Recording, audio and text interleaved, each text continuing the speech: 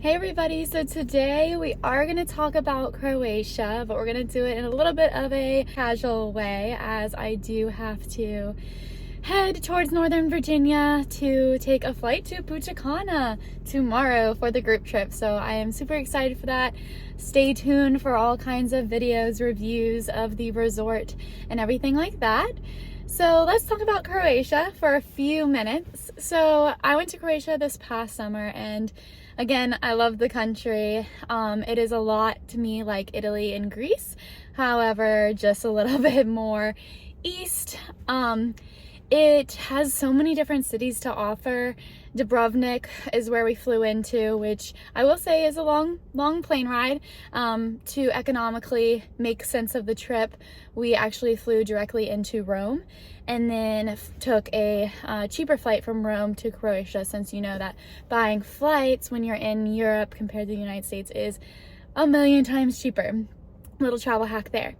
So we flew into Dubrovnik and we spent about 2 or 3 days there exploring the city there. One thing that I would highly recommend is that if you're a Game of Thrones fanatic or fan like I am, 100% do the Game of Thrones tour. You'll learn so much about the different settings and all of that took place during the show. Another really awesome thing to do there is to go kayaking. You can kayak around like the area bay there, and the water is so salty that you basically like float, and it's super good for your skin. There's also a few areas where you can go cliff jumping and things like that. So after we did Dubrovnik, we drove to Hvar, which is an island, and I know I'm saying that town or city wrong, but you like take the car ferry over to the island, and it's a really beautiful place. Like, I would stay there for a whole week if I could. There we did a day on a sailboat around all the different islands, which was really cool. We also had some amazing seafood right on the ocean. After Hvar, we then took another car ferry over to the mainland again, and we drove to Split. Once we got to Split's a really cool city too, because you can get to so many different islands from that main city point. There are so many things to do. There's a lot of medieval, old architecture that you can look at if you're really into stuff like in Rome and in Greece. They also have a bunch of architecture and history things there.